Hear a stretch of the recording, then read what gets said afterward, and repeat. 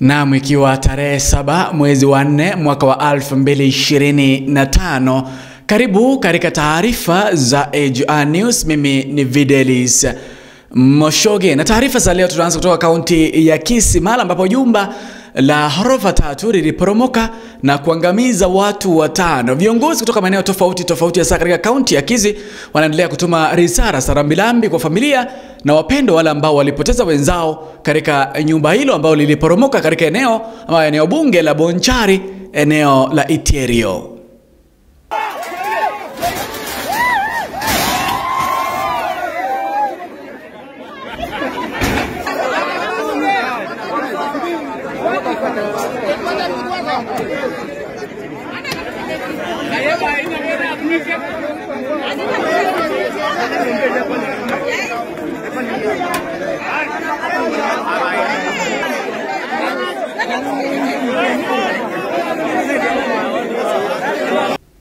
Na katika taarifa zingine ni kwamba machifu 5 ambao walitekwa nyara miezi ambayo imekwisha sasa wamerejeshwa nyumbani salama. Kipchumba Murkomen ambaye ni waziri wa usalama wa ndani amedhibitisha kwamba machifu wale wamerejea baada ya mazungumzo baina ya watekaji nyara na vile wazee wa eneo lile.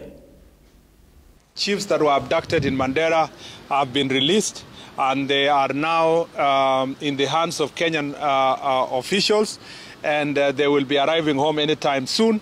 This is very good news based on collaborative efforts, as I announced before, that as a government we decided to work together with the community and to work with the county government of Mandera and the local community, and this process has borne fruit. We will be commenting further in the near future, once our chiefs are within the country, and we'll give you even more updates on the progress and what we are doing. Part of the reason why we are dealing with gangs here is to make sure that there is no place in the Republic of Kenya where we will allow any goons or gangs to invade any facility, whether it's a church, whether it is a school, whether it is a street. This country must be led by the rule of law, and injustice anywhere is injustice everywhere. We are not going to allow extrajudicial processes to continue in the country. We must remain a country of law and order, and it doesn't matter. Ours is apolitical. We do not subscribe to any political side. Ours is to make sure that everybody can exercise their right freely across the country without being hindered, as long as they are going about it peacefully. Na watu 111 ambao wanabania kuwa makamishona 6 wa tume ya uchaguzi IEBC wamefika mbele ya jopo la kuwapiga msasa siku ya leo tarehe 7. Watano ambao wamefika leo wameeleza tajriba ambazo wanazo katika kuendesha na kufaulu uchaguzi nchini Kenya. Hao wamesema kwamba wana tajriba na kile ambacho kinahitajika kuhakikisha kwamba tume ya uchaguzi inakuwa huru. Think so deep into the voter to understand their essence in making a change in the country. From where you stand, if a politician is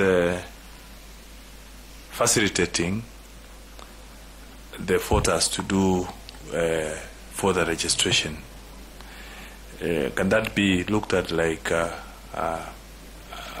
an election offense or voter irregularity?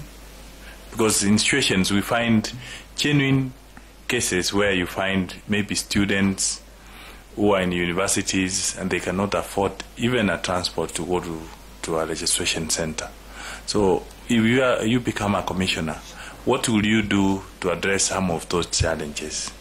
And is it a problem if anybody facilitates them to do for the registration, because it has happened before?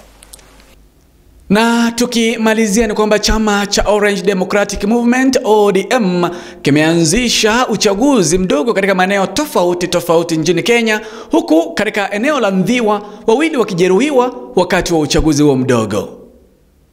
Haijafunguliwa mpaka jana usiku saa 6, hailikuwa haijafunguliwa, na kama ingelifunguliwa usiku ingesaidia nini? Wanachama walikuwa wanataka wajisajili, yeyote anayetaka kuwa mwanakamati na vitu vingine shilingi 200. alafu mwenyekiti atoe 500. Angezitoaje kama portal yenyewe ilikuwa haijafunguliwa?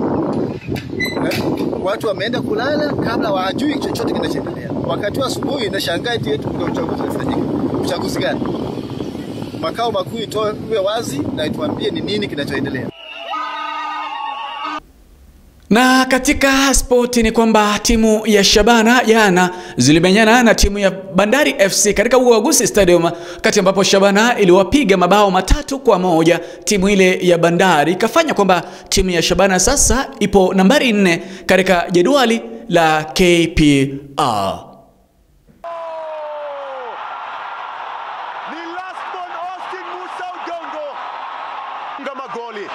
Austin Musa Odongo, reaction nzuri yake Darius Msaga,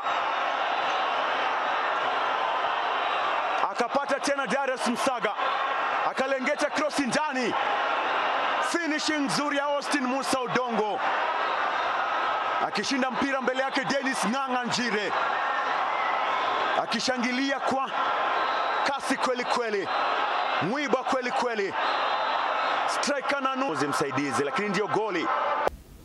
Taarifa za biashara Ruth Nyanchama ameziandaa, atakupasha. Mimi ni Videlis Moshoge. Hujambo mpendwa na karibu katika habari za biashara. Tukianza ni kwamba waziri wa fedha John Mbadi amekanusha madai yanayoenezwa kuhusu pendekezo la kuongeza ushuru katika mwaka wa fedha wa 2025, huku akisisitiza na kuuliza wanahabari wote kudhibitisha habari kabla ya kuzieneza.